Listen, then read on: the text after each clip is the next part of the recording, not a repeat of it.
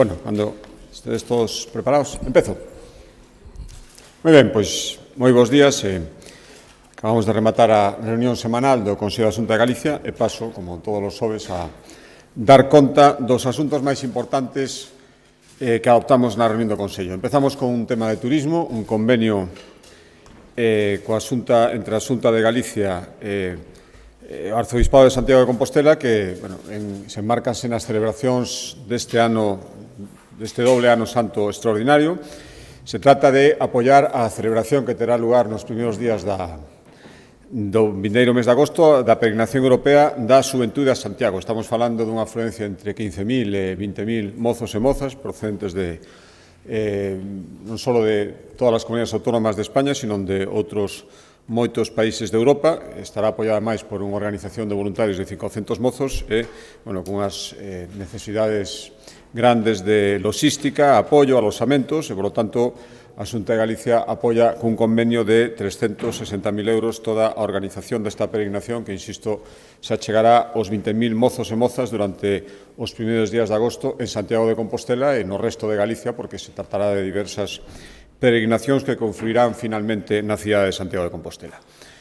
Outro acordo, no ámbito da Vicepresidencia Segunda, convenio para obras no pabillón de A Guarda. Se trata da reforma e ampliación do pabillón municipal deste Concello, o pabillón municipal da Sangriña, é un investimento total de 1,9 millóns de euros. A Xunta de Galicia vai achegar, ou se acordamos no Consello da Xunta, 500.000 euros. O resto dos fondos serán aportados pola Diputación de Pontevedra e o propio Concello da Guarda. O obxectivo é que este pabillón, que ten xa casi 40 anos, convertirlo en máis accesible, máis moderno, para que siga sendo unha referencia en todos os deportes, especialmente no balonmán, en todo o Baixo Miño. Entre outras cousas, imos ampliar o seu aforo ata os 700 persoas, un 50% máis do que ten agora, ademais de outras melloras para as que, insisto, destiñamos 500.000 euros nun convenio de 1,9. Outro acordo, auspiciado pola Axencia Galega de Novas Tecnoloxías, dependente da Consellería de Facenda, é a creación da Cátedra Patrimonio Cultural Dixital, así se chama.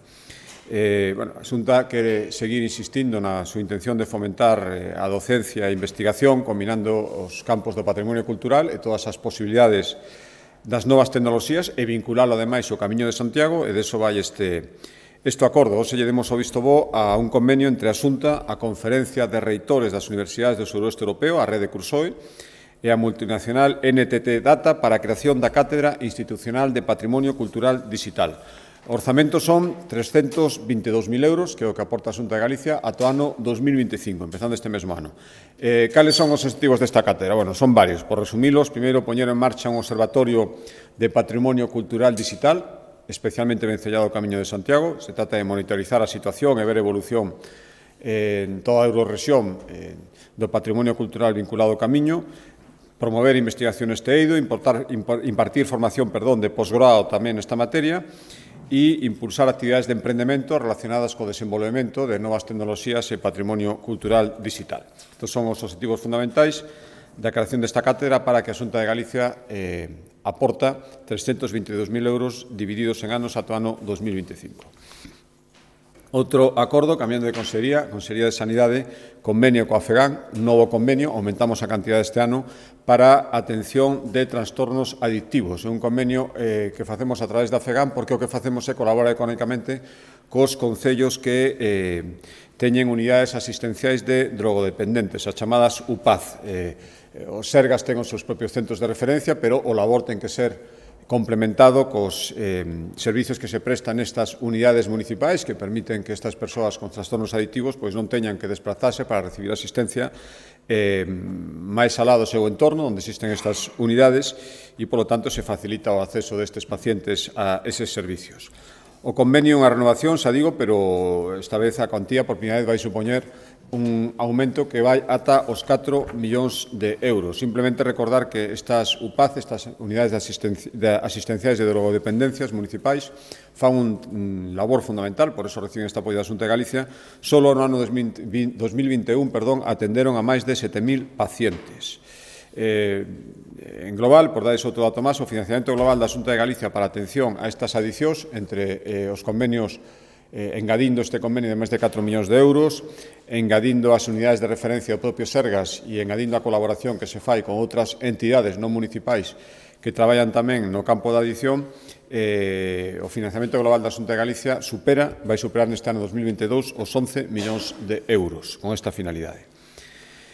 Cambiando de consellería, outro acordo, Consellería de Educación, ten que ver coa creación de polos creativos e pistas multideporte. Queremos que os colexios e os institutos galegos estrenen no vindeiro curso 138 polos creativos e 33 pistas multideporte. Ao final, o investimento total é de 6 millóns de euros, ou por partes, polos creativos, que pretenden impulsar a creación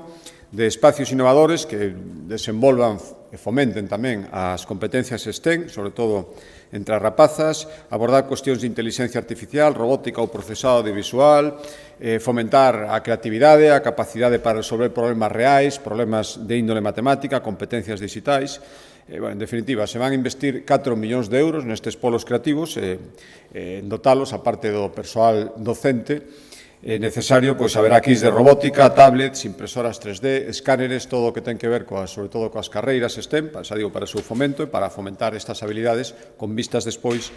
a orientación de quen o desese hacia este tipo de campos. Isto por un lado, e por outro, decía, este acordo ten dúas partes, outro é a creación de pistas multideporte en 33 concellos. É a primeira vez que se pon en marcha esta iniciativa en Galicia e o que buscamos é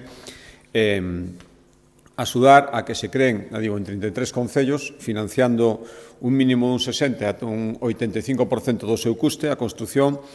de pistas que permitan, simultaneamente, permitan a práctica de, como mínimo, 5 deportes e que, ademais, estando nestes centros educativos, permitan, de aí tamén a cofinanciación que buscamos cos concellos, con estes 33 concellos, que permitan, fora do horario lectivo, o seu uso polos veciños deses concellos. Por lo tanto, isto destinaremos 2 millóns de euros na creación de 33 pistas multideporte en colaboración con 33 concellos galegos. Cambiando de consellería, vicepresidencia primeira, un acordo en materia económica dentro do compromiso da Xunta de Galicia co impulso da Galicia máis verde. Está claro que se queremos, dende logo, na Xunta de Galicia, que a nosa comunidade cada vez sexa máis respetuosa con o noso entorno, con todo o que ten que ver coa transición enerxética, o que hai que facer é seguir apostando, como estamos facendo, por proxectos de autoconsumo eléctrico e polo uso cada vez maior de enerxías renovables, que permiten, aparte de todo o que ten que ver co medio ambiente e a sostibilidade, tamén en estes momentos especialmente necesario aforrar no recibo eléctrico, nas facturas eléctricas. Por lo tanto, a Xunta de Galicia xa tiña en marcha diferentes liñas de axudas para promover estas iniciativas e o que acordamos hoxe foi duplicar as cantidades que estamos adicando a convocatorias que agora mesmo xa están en vigor, teñen o prazo aberto, pois engadimos, mediante este acordo do Consello da Xunta de Galicia, máis cartos ata chegar en estas convocatorias os 74 millóns de euros, que xa digo, son para proxectos de autoconsumo eléctrico e para fomentar o uso de renovables. Son 3 convocatorias, que engadimos cartos para que permiten duplicar as cantidades inicialmente destinadas. As 3 convocatorias abertas se poden solicitar ata finais do vindeiro ano, do 23, se conceden por concurrencia non competitiva e buscan unha delas, a primeira convocatoria, promover autoconsumo e almacenamento enerxético nas empresas. A isto adicamos 39,6, casi 40 millóns de euros, agora con esta engádega que fixo o seu Consello. Outra línea, 23 millóns, este mesmo objetivo, pero en particulares, non en empresas, e tamén en administracións públicas. E, por último, 3 millóns de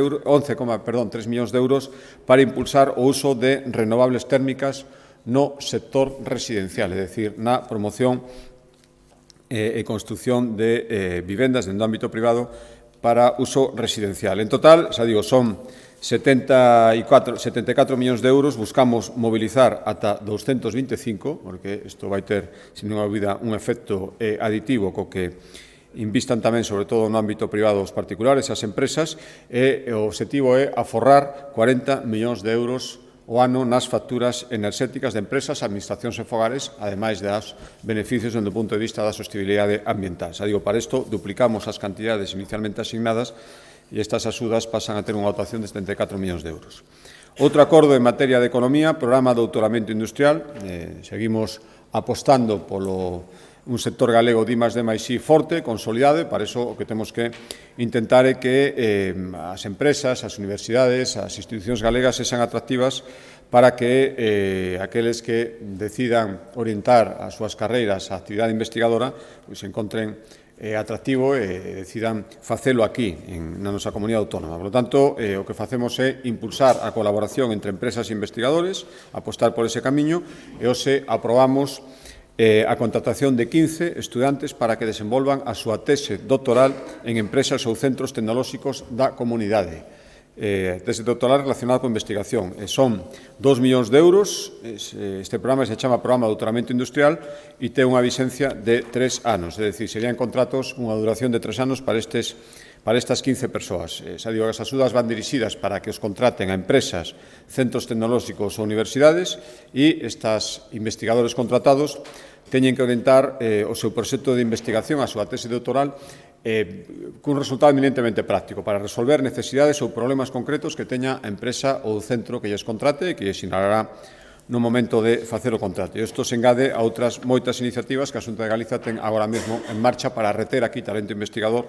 no ámbito do I+D+I. Estos son 2 millóns en 3 anos. Cambiando de Consellería do Emprego, un acordo importante, sobre todo desde o punto de vista de impacto nas persoas, un acordo recurrente, pero non por elo menos esperado cada ano, que é a aprobación do calendario laboral de Galicia para o ano 2023, no que quedan fixados como festivos autonómicos o Día das Letras Galegas, 17 de maio, e o Día de Galicia, 25 de xullo. Bueno, isto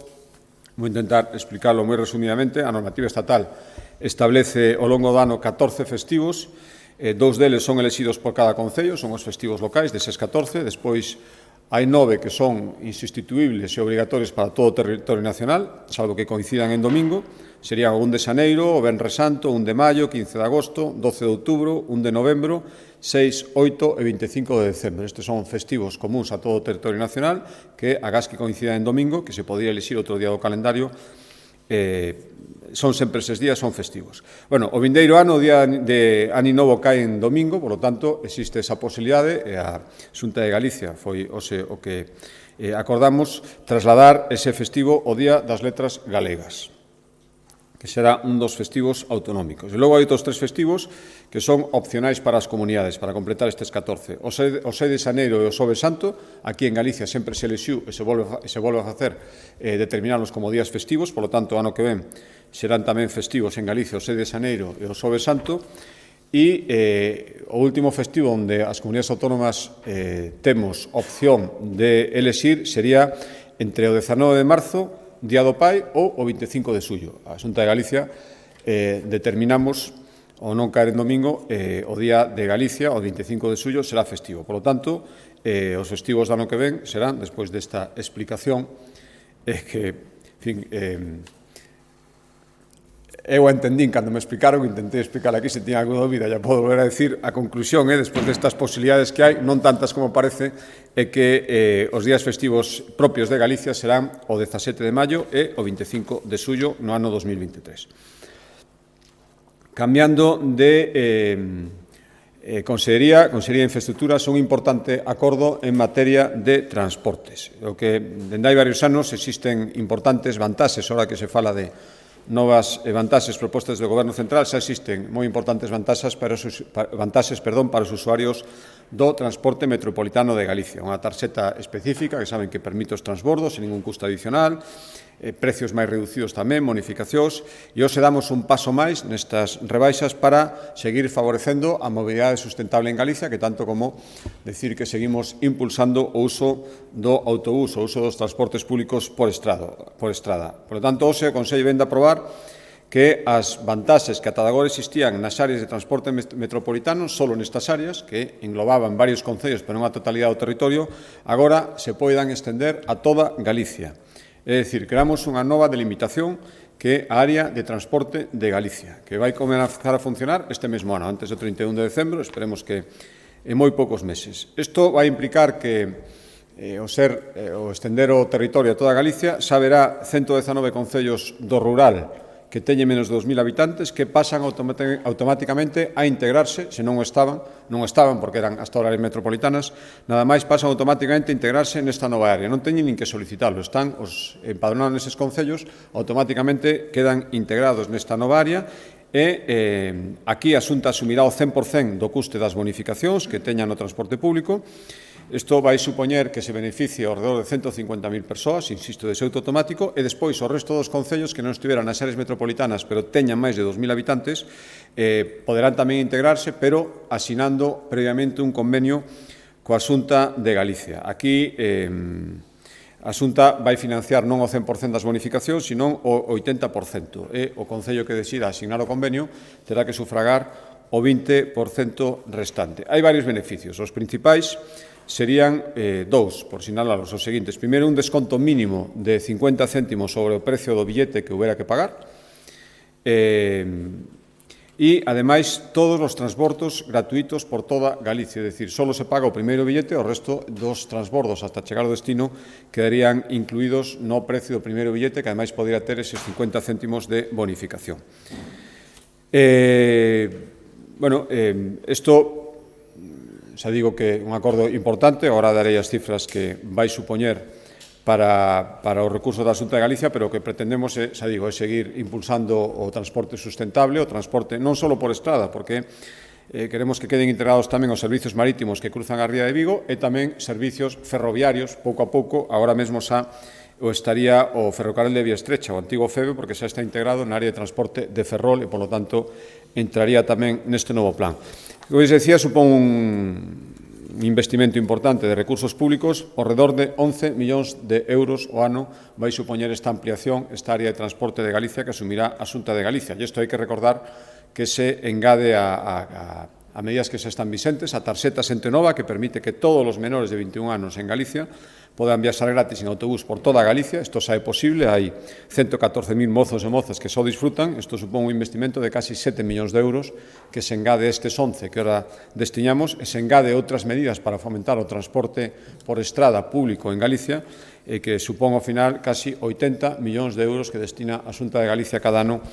a esta finalidade e agora contando estes 11 que aprobamos agora, que xa de unha medida que estará en vigor antes de que remate este mesmo ano e, en principio, de xeito indefinido. Cambiando de consellería, acordo importante tamén, Consellería de Medio Ambiente, alegacións Plan Nacional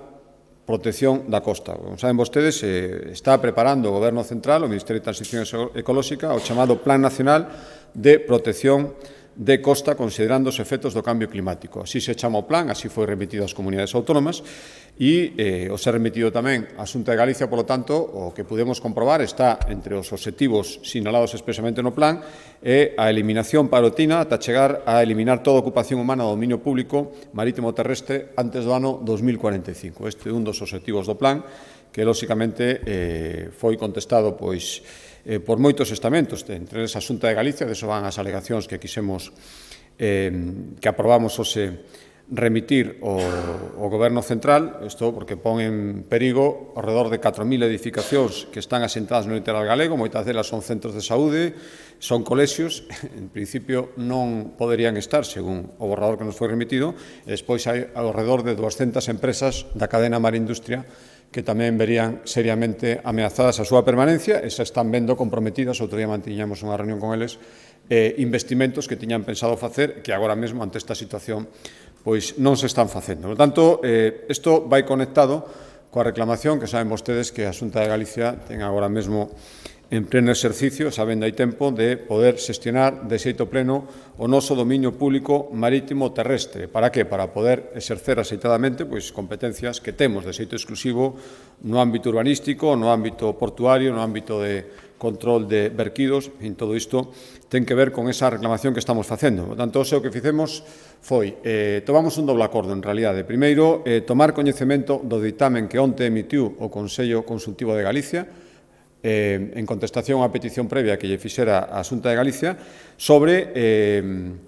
a necesidade ou non, como se nos dixo, dende o Goberno Central, de ter que reformar o Estatuto de Autonomía para poder aspirar a que esta transferencia fora realizada. Pois ben, o Consello Consultivo de Galicia reafirma as tesis das da asesoría xurídica da Xunta de Galicia, dos xuristas da Xunta de Galicia, e non só os da Xunta de Galicia, e constata que Galicia xa ten competencias neste eido, e, polo tanto, non é necesario modificar o estatuto, e esas competencias estarían só pendentes de facerse efectivo mediante un decreto de transferencia que tería que levar acompañado os medios e servizos que ahora mesmo ten o Estado para que sexa un decreto realmente efectivo. Ya digo que o Consello Consultivo que di que a comunidade está plenamente capacitada para legislar en materia de ordenación do litoral, dice que non é necesario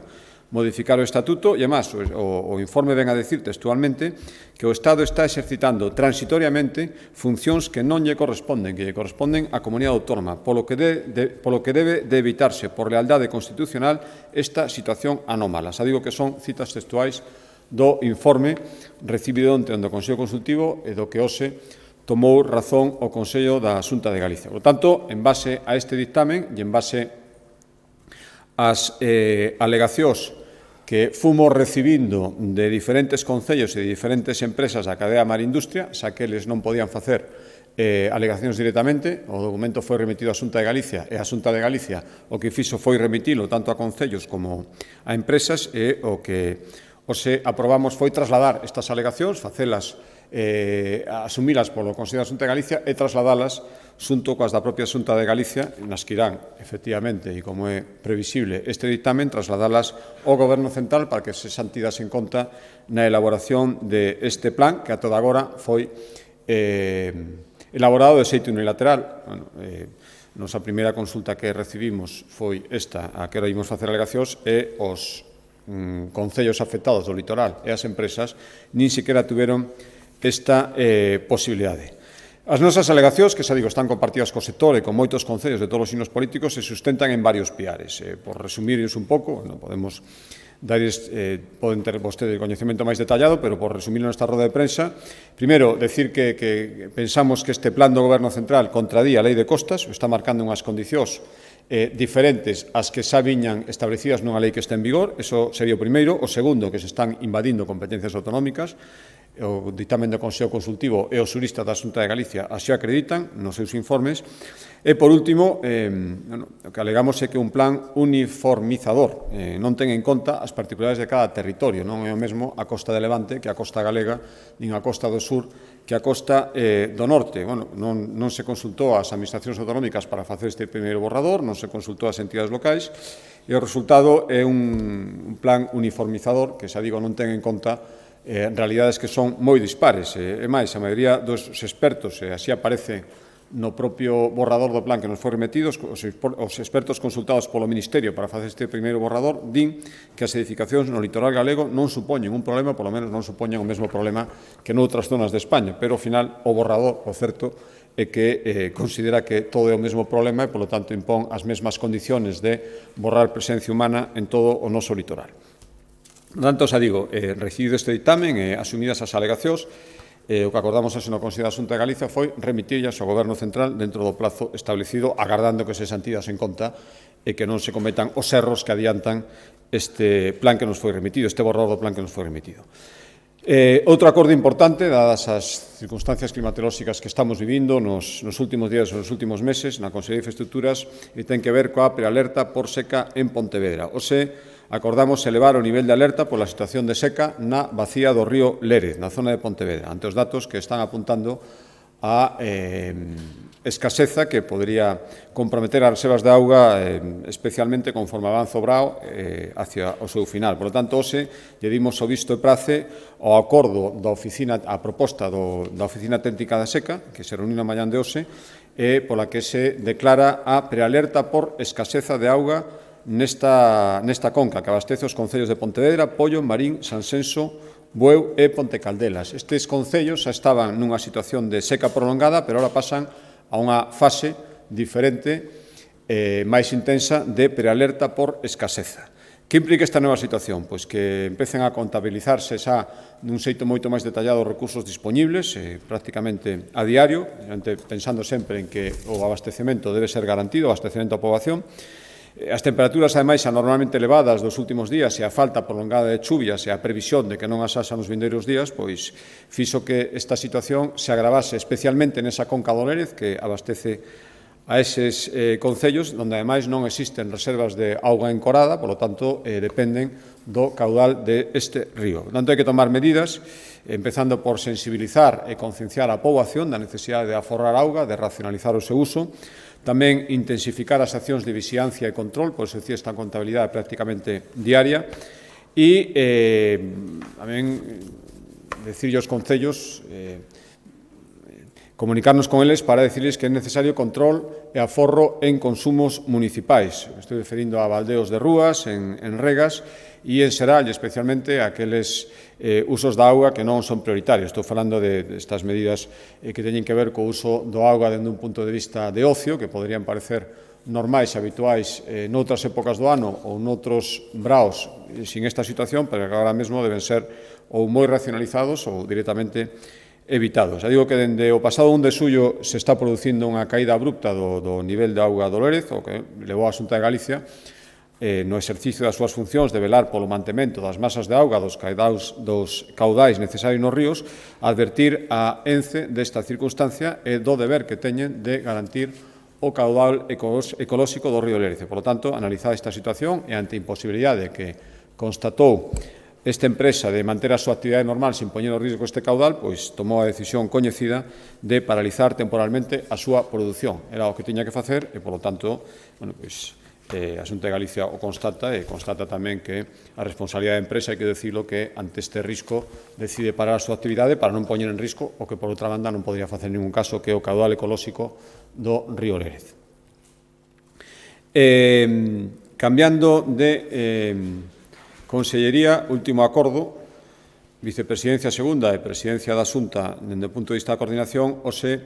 adoptamos o acordo anunciado estes días de convocatoria de comezo do proceso administrativo para convocar canto antes as axudas para asistir os afectados polos incendios que se estaban producindo e que se siguen producindo todavía actualmente, pero con especial intensidade nos últimos días da semana pasada e nos primeiros días desta semana, que vostedes coñecen perfectamente. Por tanto, hoxe aprobamos o decreto que permite todo o procedimento administrativo para otorgar axudas directas aos veciños afectados por estes incendios. Xa digo, é un decreto para augas que o que permite diseñar as reglas xerais que agora habilitarán as consellerías para que xa inmediatamente, coa intención de que no próximo Consello da Xunta de Galicia xa se podan facer convocatorias que permitan facer solicitudes directas. Será necesario, primeiro, avaliar a situación. Iso fixo a Axencia Galega de Emerxencias, estimou que a zona afectada polos incendios estaba ese nome técnico afectado por un lumes de naturaleza catastrófica, por lo tanto, iso que habilita o Consello da Xunta de Galicia para tomar o acordo que adoptamos hoxe e que ao mesmo tempo permite que as consellerías xa traballen nesas convocatorias que, insisto, a intención é que, polo menos na súa maioría, vayan ao Consello da semana que ven e xa se poidan directamente facer as convocatorias e empezar a solicitar. Saben que dixemos sempre que o fundamental e prioritario era controlar os incendios dentro desa prudencia que creo que hai que observar sempre. A situación, afortunadamente, non era a que era nos primeiros días da semana. Hai incendios que siguen activos e, polo tanto, nos siguen preocupando moito, pero seguimos avanzando, insisto, con moita prudencia e con certo optimismo, e agora o que toca é, en canto esta situación este solventada, axudar e auxiliar a poboación que resultou máis directamente afectada e reparar eses danos. O primeiro é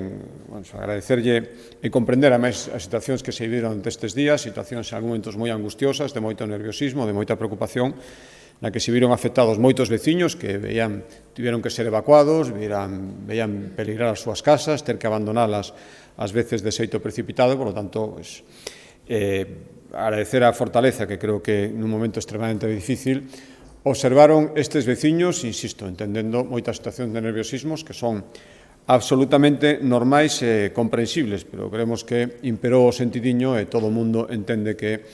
o primeiro que hai que preservar, e afortunadamente non temos que lamentar aí ninguna desgracia de perda de vidas humanas, como sí que pasou noutros lugares, tanto este era o principal, e no que se siguen centrando, sen ninguna dúbida, as operativos de extinción, ademais de apagar o propio lume. Tanto, agradecerlle aos veciños, por suposto, outra vez máis os operativos de extinción, e o que toca, de acordo con o comprometido, é poñerse rapidamente a dotar as cantidades e as axudas necesarias para auxiliar estas persoas que o perderon todo directamente ou, polo menos, se viron gravemente perxudicados. Xa digo, este é un decreto paraguas que os aprobamos e que permitirá inmediatamente empezar a convocar as correspondentes axudas, as primeiras e máis urxentes, referidas a auxiliar aquelas persoas que perderon ou veron moi perxudicadas as súas vivendas, e, por lo tanto, xa digo que as axudas que se refiren a vivendas afectadas xa están graduadas, se convocarán, xa digo, inmediatamente, e vai supoñer que, se unha vivenda habitual, se vai conceder o 100% do custo da súa reposición ou reparación, tanto o edificio, a casa principal, como instalacións complementarias, todo estará susceptible de axuda e se poderá chegar a un máximo de 122.400 euros. Se era unha vivenda non permanente en habitual, é dicir, se era a segunda residencia, tamén o 100%, pero cun máximo de 61.200 euros. Estas axudas, teño que dicirles, as de vivenda e todas as demais, son compatibles e complementarias. As complementarias sí que a casa estaba asegurada, polo tanto, non se cubre esta cantidad, se podría chegar a esta cantidad da Xunta de Galicia, e tamén con axudas de outras administracións que esperemos que tamén se convoquen. A Xunta de Galicia está convocando as súas con cargo aos seus propios recursos, pero agardamos tamén que outras administracións fagan o mesmo. Estas axudas serían compatibles. Estos serían axudas para vivendas. Tamén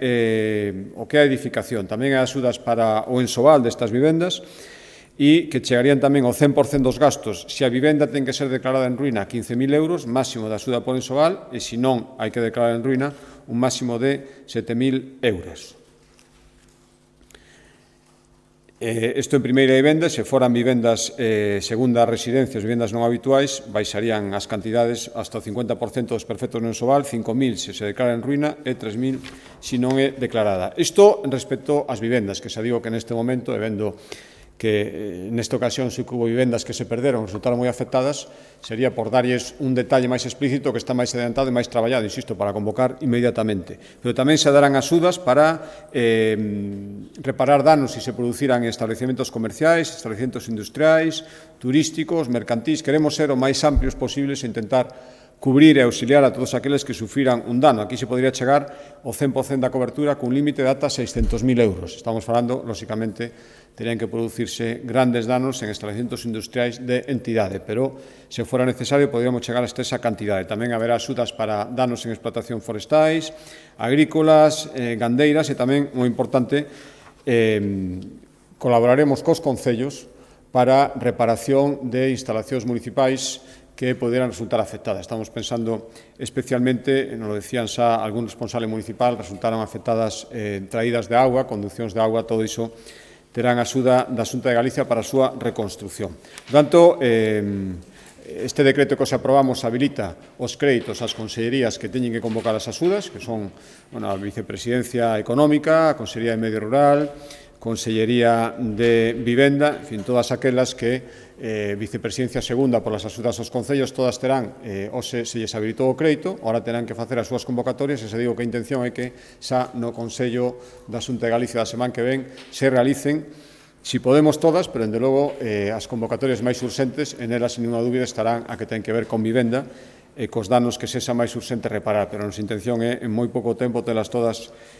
convocadas. Xa digo, con isto damos cumprimento ao compromiso da Xunta de Galicia de, primeiro, insisto, estamos niso,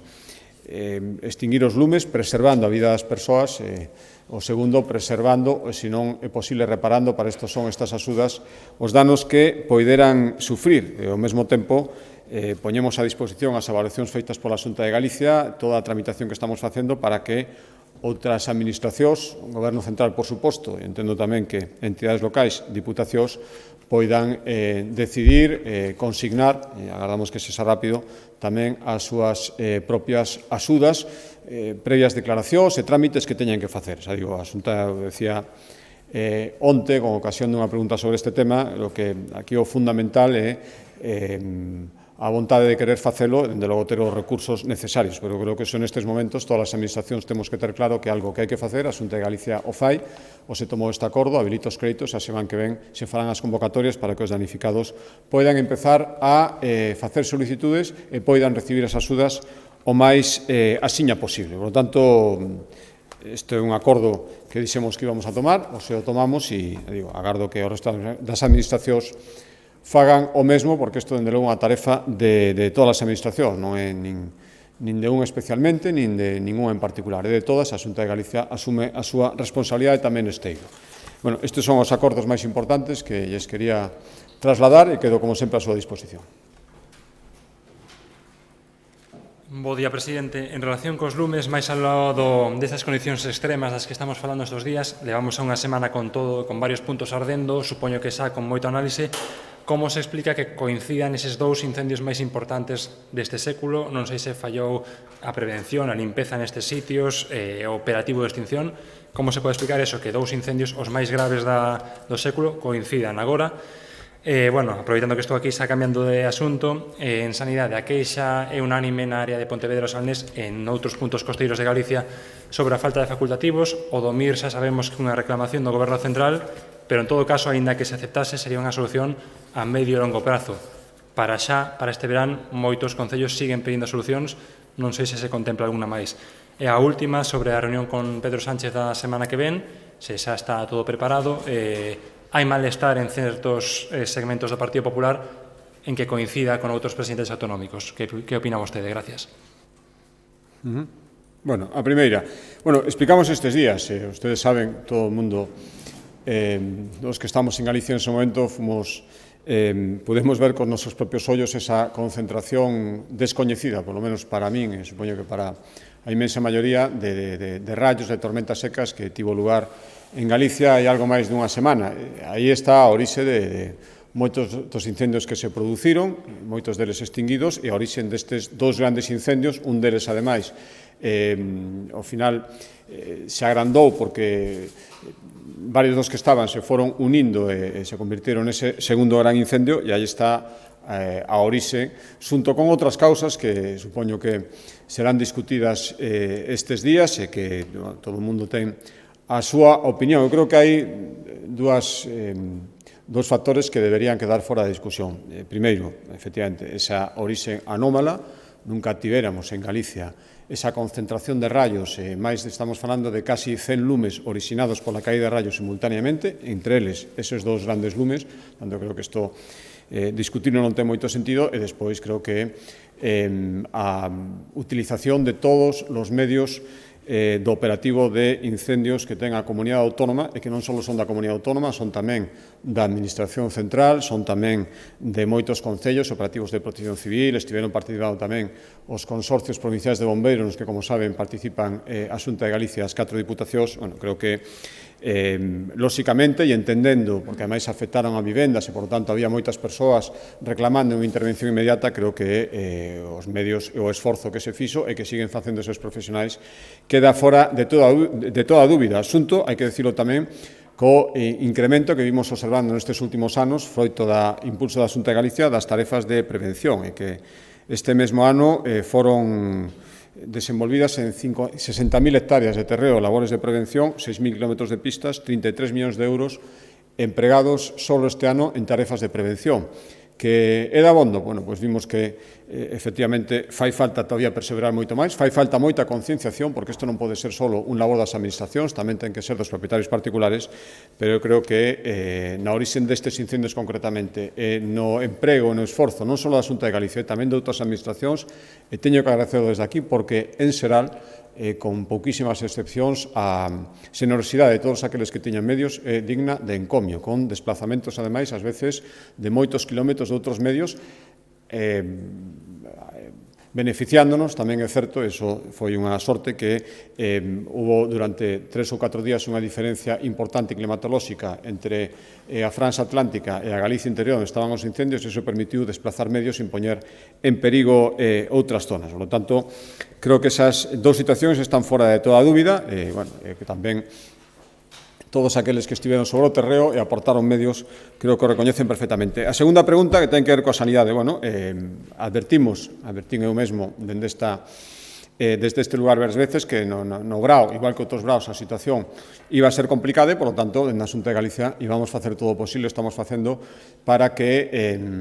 os incrementos de asistencia que se producen no Obrao, derivados de aumento de población, moita dela de fora, xunto coa situación que se produce de que os profesionais sanitarios están de vacacións, como é lóxico, e teñen todo o dereito do mundo durante o Brao, iso produce situacións que é necesario cubrir, e se cubren na maioría dos casos. É certo que cando, por alguna circunstancia, non é posible, por a primeira situación que advertimos sempre, non hai calquera médico, agora mesmo, vou dicir unha vez máis, coa especialidade primaria que quere ser contratado non este traballando, o será sin ninguna dúbida. Onde se van producir vacantes, ven por vacacións, ven por baixas, que tamén os hai dos profesionais, aínda que non estén de vacacións, o Sergas intenta cubrirlas inmediatamente. Ás veces non é posible, se producen estas situacións, pero creo que en xeral, salvo queixas, que respetemos e entendemos que a situación xeral, dende logo, na maioría dos centros de saúde, está garantido o servicio tamén no Brao. Bueno, isto se complementaría, vostede di que son situacións a medio e longo prazo. Primeiro, non tanto. Segundo, unha vez máis, onte hubo outra reunión do Ministerio coas Comunidades Autónomas onde se volveu a facer oídos sordos a esa reclamación unánime dese MIR extraordinario e desa creación de especialidade de emerxencias onde o Ministerio incomprensiblemente pensando que os problemas de atención da saúde, sobre todo a atención primaria, son das comunidades autónomas, pensa que non teñen nada que ver coa competencia ministerial, o malo é que a saúde, eu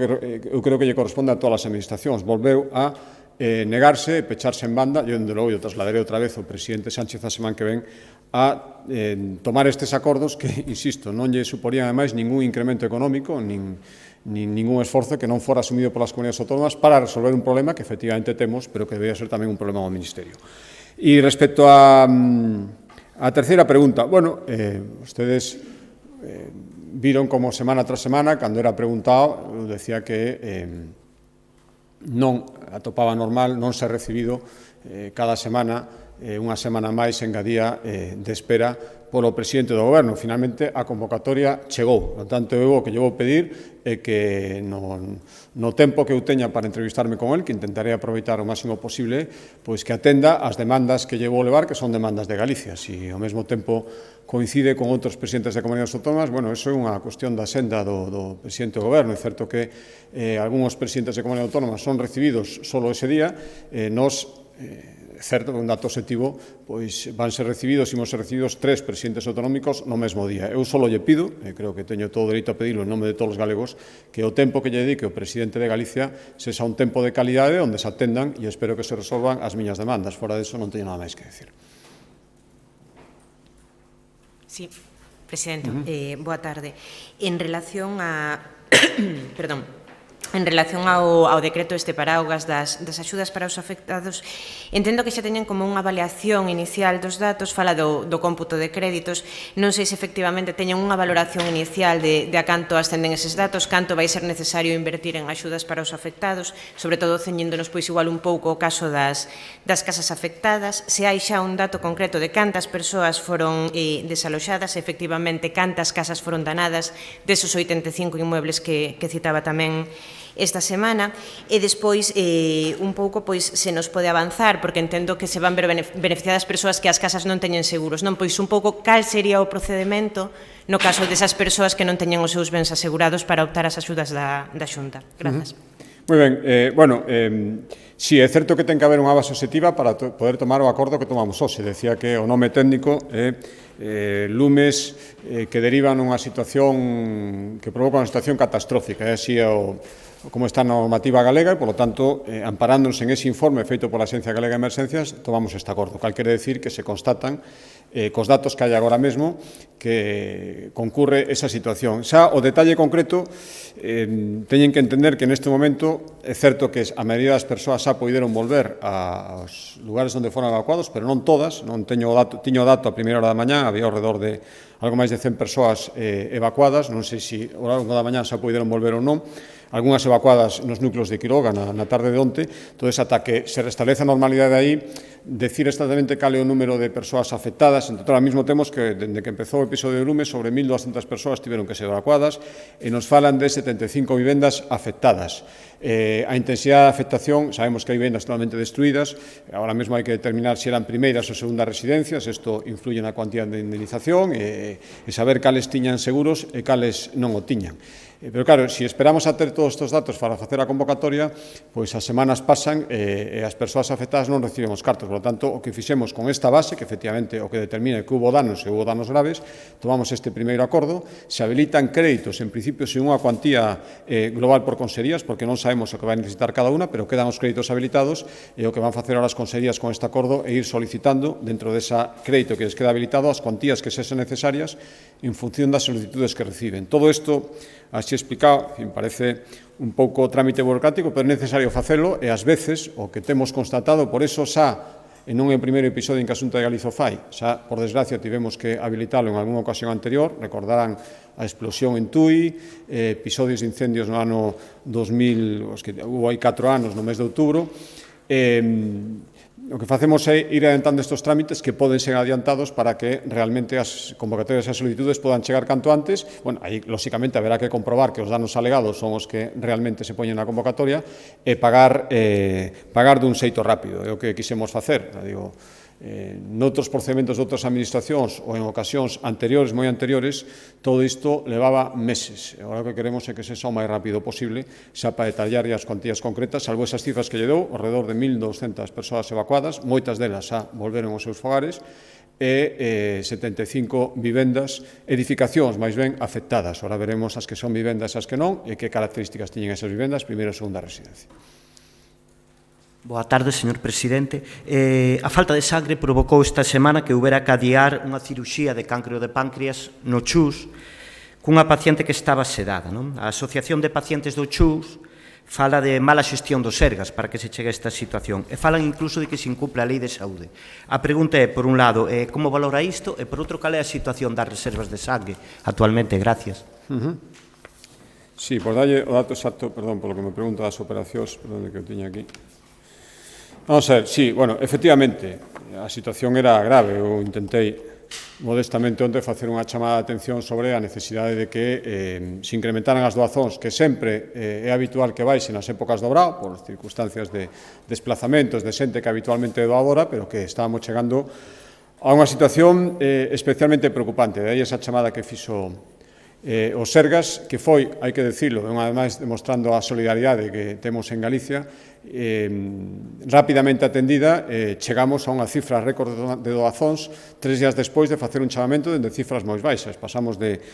apenas 300 doacións no día que se fixo o chamamento a superar, chegar casi a 600 3 días despois. Por lo tanto, isto é o primeiro que hai que agradecer e, efectivamente, viñamos nunha situación complicada e por eso se fixo ese chamamento. A súa pregunta sobre as operacións. Bueno, é certo que hubo que pospoñer unha semana 11 operacións programables, son os datos dos Sergas, é dicir, non urxentes nas áreas de Vigo e Santiago, pero se mantiveron todas as intervencións con carácter de urxencia, incluído 13 trasplantes. Estos son os datos dos Sergas, por lo tanto, hubo que pospoñer algunha operación programable, é dicir, susceptible de poder adiarse, si quero uns días, por esta falta de sangue, pero en ningún caso con carácter de urxencia. Estos son os datos que me facilita os Sergas. Presidente, sobre o Consello Interterritorial de Saúde de onte, quería coñecer a súa valoración sobre o resultado, en que escenario cree que nos deixa para os próximos meses. Perdón? O Consello Interterritorial de Saúde de onte, a súa valoración sobre o resultado, en que escenario pensa que nos vai deixar nos próximos meses en Galicia? Bueno, pois, efectivamente, o que antes quería decir, non tiñamos que decir, non só nós, outras comunidades autónomas, especialmente as que asinaron o manifesto coñecido que din conta tamén este Consello nos últimos días, de que o Ministerio atendera as reclamacións, insisto, tendo en conta sobre todo que as actuacións e os custes económicos que habería que asumir non lle corresponden ao Goberno Central, senón ás comunidades autónomas. Pero o que vimos, unha vez máis, é que, por as razóns que sexa, que non entendemos, e cada vez entende menos xente, o Goberno Central sigue sin adoptar estas medidas e, por lo tanto, non hai esa convocatoria extraordinaria, non hai esa convocatoria, non hai ese comenzo dos trámites para crear especialidade de urxencias e emerxencias. Por lo tanto, a conclusión é que o Ministerio, o Goberno Central, sigue pensando que os problemas da sanidade son problemas que temos que afrontar as comunidades autónomas e temos que solucionalas sin as ferramentas que nos poderían dar. Bueno, isto, antes había unha pregunta referida a ese tema. Son cuestións inmediatas, cada vez son máis inmediatas, sobre todo cando van pasando os meses e están nunha reclamación, vostedes o saben perfectamente, nunha reclamación de hai 2-3 semanas, levamos moito tempo pedindo isto, e pasan os meses e non se toman decisións, por lo tanto, eu insisto, será un dos temas fundamentais e prioritarios que lle leve o presidente do Goberno na reunión do vindeiro xoves e espero intentar convencer e, desde logo, argumentos voulle dar de que isto é unha decisión que o Goberno central ten que tomar, ten que desbloquear unha situación que cada vez é máis grave e, incomprensiblemente, pois, polo que sexa, onte o vimos outra vez coa ministra de Sanidade,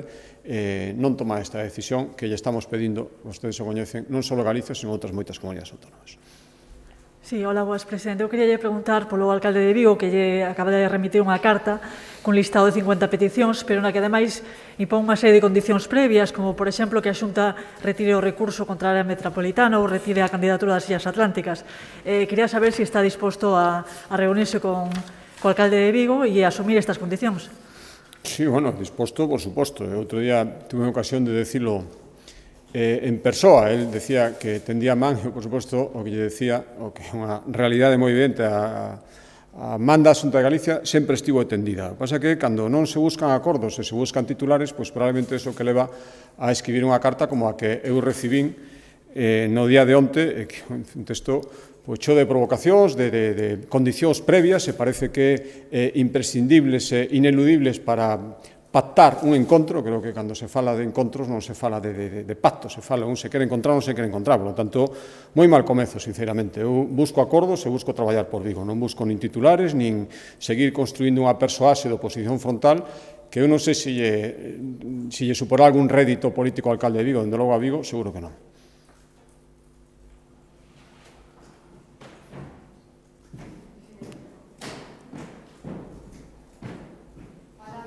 Perdón, falaba vostede do tema sanitario, que outros temas prioritarios vai plantexar a presidente na súa reunión, e despois, máis alá da Conca do Lérez, a Xunta xa mostraba hoxe a súa preocupación pola situación de seca. Está previsto a semana que ven ou nas vindeiras semanas adoptar algunha outra medida a nivel global de Galicia, dada que a situación parece que non mellora? Grazas. Bueno, sí, efectivamente, eu entendo perfectamente que este tipo de reunións a que houve manter serían moitas as reivindicacións, pero o tempo é o que é, non é unha reunión de moitísimas horas, e iso podo asumir perfectamente. Por lo tanto, con independencia da documentación que lle poda deixar sobre outros temas, eu quería plantexarlle ao presidente do Goberno necesidades moi urxentes para Galicia. A primeira, acabamos de falar todo o que ten que ver coa sanidade, fundamental, eses acordos que cada vez se fan máis urxentes e que só dependen dunha decisión do Goberno central, todo o que ten que ver tamén coa utilización, falada tamén aquí dende este estrado moitas veces, e referida a acordos do Consello da Xunta, dos fondos Next Generation. Siguen pasando as semanas e os grandes proxectos que nos pediron priorizar para acceder á financiación siguen sin ter noticias. Por lo tanto, queremos eu intentarei transmitir a necesidade de que isto se concrete canto antes e os investimentos que están previstos para Galicia, que van crear moitos postos de traballo, poidan ter a certeza necesaria para poder facelo. Falarei tamén de infraestructuras. Creo que é algo absolutamente fundamental, por centralizar un tema concreto, ademais das necesidades e dos compromisos do Goberno central respecto á execución de infraestructuras, toda a chegada do ferrocarril a Lugo, por exemplo, e infraestructuras viarias que se empezaron a executar e levan moito tempo paradas, ou con uns avances moi lentos. Eu quero centralo tamén en ter unha certeza, a día de hoxe seguimos en tela, sobre a chegada do AVE ao resto das cidades galegas. Coñecen vostedes o compromiso incumplido, a discusión entre o Ministerio de Transportes e a provedora dos trenes, a empresa Talgo, pero ao final en Galicia seguimos sin saber cando se vai producir esa chegada e, por lo tanto, lle pedirei unha resposta concreta, que entendo que materia que dar. O último acordo ten que ver con un dos que tomamos hoxe no Consello da Xunta de Galicia. O último tema, que lle quería plantexar, insisto, entre estes 4 temas prioritarios, hai máis, intentar concienciarles sobre a necesidade de que, mediante un trámite sin selo, pode ser mediante un decreto que di o Consello Consultivo, se nos transfiran esas competencias de ordenación do litoral, igual que teñen outras comunidades autónomas, que nos permitiría arreglar moitos dos problemas que está creando esta normativa, ou por lo menos esta intención normativa do Goberno a que antes me refería. Estos serían os temas fundamentais, aparte de outros que me gustaría tratarlles se tivera tempo, non sei o tempo exactamente do que dispoño, pero, bueno, me centraría exactamente neses temas e, ademais, vou intentar, teño que dicilo, que levar outra vez un intento máis. Creo que estes 4 temas admiten pouca discusión e me gustaría, e, de logo, reforzaría moito a posición de Galicia, non da Xunta de Galicia, nin do presidente da Xunta de Galicia, que tivéramos un consenso do resto das forzas parlamentarias e dos partidos políticos con representación parlamentaria en Galicia. Por lo tanto, me dirixirei a eles outra vez para intentar levar, siquera, nestes puntos unha posición común e transmitirlle que esta é a opinión mayoritaria de Galicia. Entendo que estes 4 puntos deberían ser apoiados sin problema. Sí, o da seca, sí, efectivamente. A pregunta era, perdón, sí...